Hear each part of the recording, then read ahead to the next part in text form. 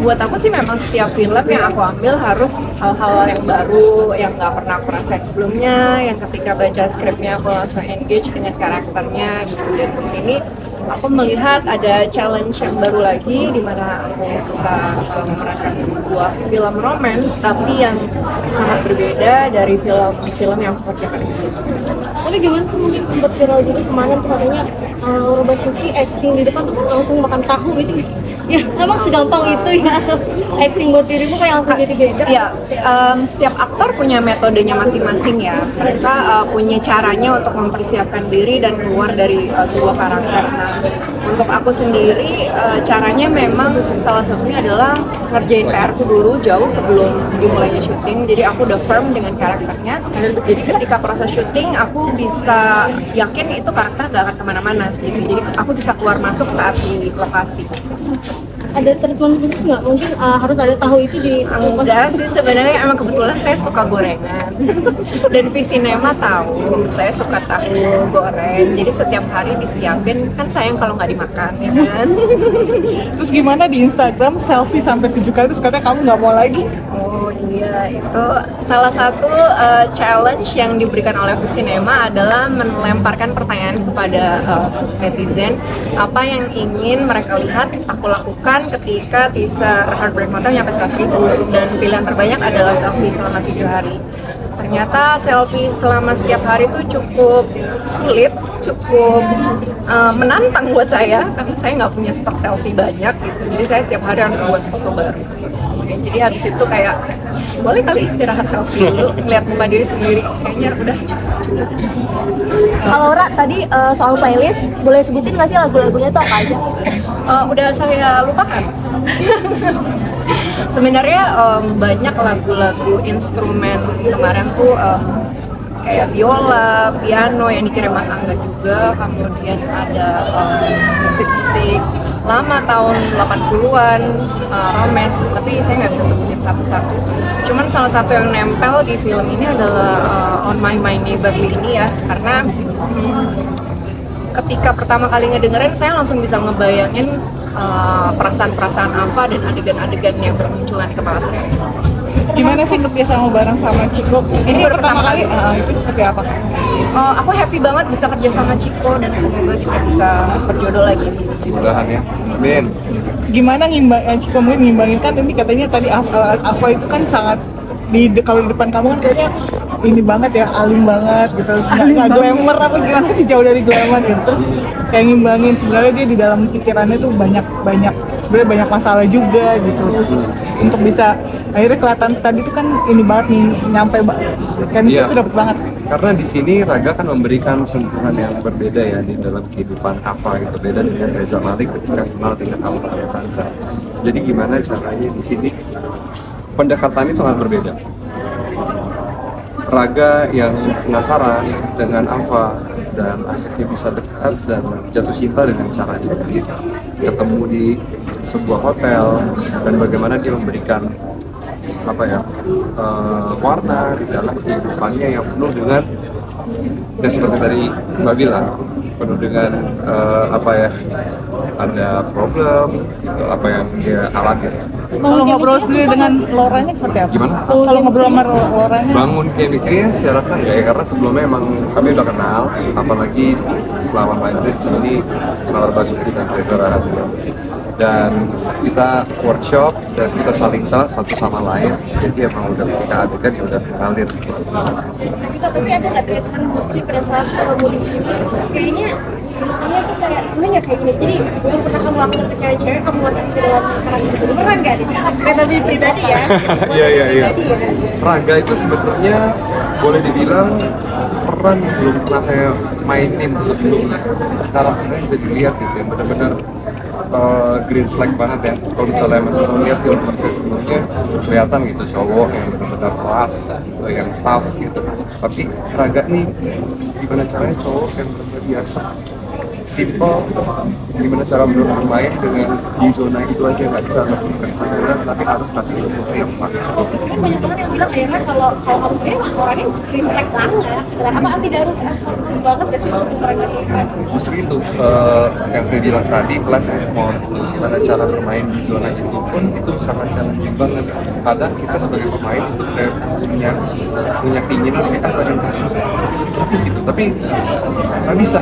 Pertahanannya harus di situ aja. Kan ketika kita ngasihnya delivernya salah, itu jadinya akan salah penyampaian. Lalu pernah kebawa ke kehidupan nyata nggak sih, kan acting kayak kehidupan nyata bawa gitu? Aku sejauh ini sih enggak ya.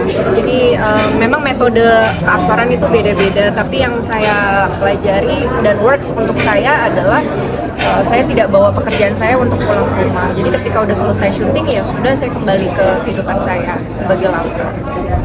Kalau di film supaya bisa relevan. Aku susah untuk ceritanya supaya nggak spoiler ya gitu. Cuma di filmnya si motel itu tetap jadi tempat si Ava untuk menjadi dirinya yang tidak di depan kamera. Kalau seorang aktris itu kan kalau di depan kamera ada persona sendiri, tapi kemudian di sisi lain kan dia punya personanya sendiri, identitinya dia yang perlu dia jaga kan gitu. Nah di motel itu, di Heartbreak Motel itu dia menemukan tempat itu untuk menjadi dirinya sendiri, dan pada saat dia melakukan itu dia tone down, dia lepaskan semua keartisannya segala macam, ternyata dia bisa membina hubungan relasi antar sesama manusia dengan Dahlia yang dimainkan Sita Nursanti, kemudian dengan Raga yang dimainkan oleh Cika Cikupuri. Terkait Dahlia nih, bahkan karakternya nggak ada dalam novel. Nggak ada di novel, betul. Itu penyisipannya gimana biar esensi dari novelnya sendiri, ceritanya udah nggak hilang? Aku sih tipenya selalu terbuka kalau misalnya ada pengurangan atau penambahan karakter kan gitu. Dan pada saat aku baca skripnya, aku merasa Dahlia itu menjadi sebuah katalis. Dia yang menyambungkan antara Ava yang di dunia gelap dengan Ava yang kemudian quote-unquote bersembunyi kan. Aku nggak boleh sebut namanya karena nanti spoiler. Jadi Dahlia itu menggambarkan kalau gimana kalau kita ketemu sama teman yang kita tahu bukan terkenal, bukan ini, tapi kita treat dia apa adanya kan. Tapi begitu kita tahu bahwa dia sama dia, biasanya treatment kita berbeda kan. Begitu juga lah hubungan relasi antar manusia biasanya gitu. Dan di sini Ava mendapatkan sebuah pertemanan quote unquote dengan seseorang yang nggak kenal dia seorang artis, tapi dia terima gitu dan bisa nyambung. Dan waktu aku nulis novel ini, jujur idenya adalah timbul karena pada saat buku-bukuku difilmkan, aku tuh selalu datang ke tempat syuting kan. Dan aku melihat aktor dan aktris berproses gimana mereka mendalami skenario, kemudian acting, abis cut bisa abis adegan sedih, abis cut langsung ketawa-ketawa sama aku gitu. Kok bisa ya gitu kan, gimana caranya? Jadi aku riset panjang, aku ngobrol sama Reza tuh berjam-jam tentang keaktoran gitu, dan kemudian aku pikir ini profesi yang harus diangkat ke dalam sebuah cerita. Jadi aku tulisan novel Heartbreak Motel yang tokoh utamanya adalah seorang aktris yang alhamdulillah kemudian difilmkan dan dimainkan oleh seorang Laura Basuki yang memang seorang aktris superstar juga. Jadi the vibe is all there, and then when you see the movie later, waktu kalian nonton nanti kalian akan merasakan vibe itu. Kak, kenapa Laura Basuki? Waduh, kenapa tidak Laura Basuki men gitu? Aku pertama kenal Laura tuh udah lama banget ya, pas dia main ke Medan untuk promo salah satu film gitu kan, dan ngobrol enak banget. Kemudian aku pertama kali kerja sama Laura itu di serial Sementara Selamanya, yang aku nulis skenario, Reza sutradara, terus Laura acting cuma pakai suara. Laura acting cuma pakai suara, aku nangis terseduh-seduh loh gitu. Ini orang gokil gitu kan. Dan itu rekaman suaranya cuma kayak di kamar, dia pakai baju biasa kayak piyama, dikasih mic, udah, skrip udah gitu. Laura is that amazing. Jadi waktu kita ngobrol sama Angga, aku ngobrol sama Angga, enggak siapa ya yang menjadi apa ya, siapa ya gitu. Terus aku, enggak, kalau Lau gimana? Aku iya sih kak, ya udah kita ajak screen test gitu kan. Dan Laura tuh pas screen test tuh diajak hari ini, besok langsung datang.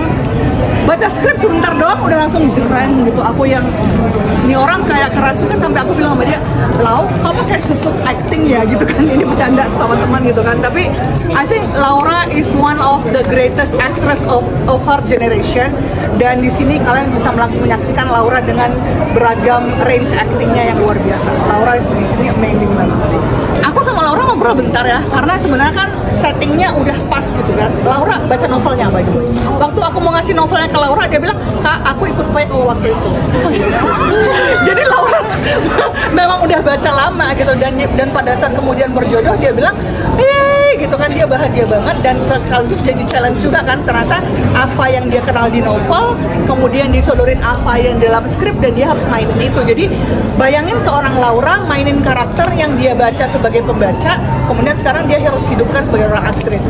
Jangan lupa saksikan film Heartbreak Motel yang mulai tanggal 1 Agustus 2024 hanya di bioskop. Semoga mungkin penonton bisa menikmati filmnya, bisa memberikan pengalaman yang unik, yang berbeda, terutama buat pecinta film Indonesia, karena film ini kami buat bukan sekedar ingin menceritakan satu kisah yang menarik dari novel yang kaitkan rasa, tapi juga ingin memberikan keseluruhan yang berbeda. Semoga kita tetap selalu bisa merasa bahwa sinema adalah tempat yang untuk sebuah karya film bisa juga. Thank you Mas Angga. Terima kasih dari cast mungkin Ciko, Ciko yang sekarang. Ya. Terima kasih buat semua yang sudah meluangkan waktu untuk datang di Bapak Penyelenggara Novel.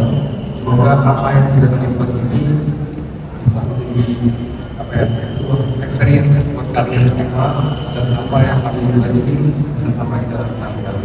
Terima kasih, enjoy. Thank you so much.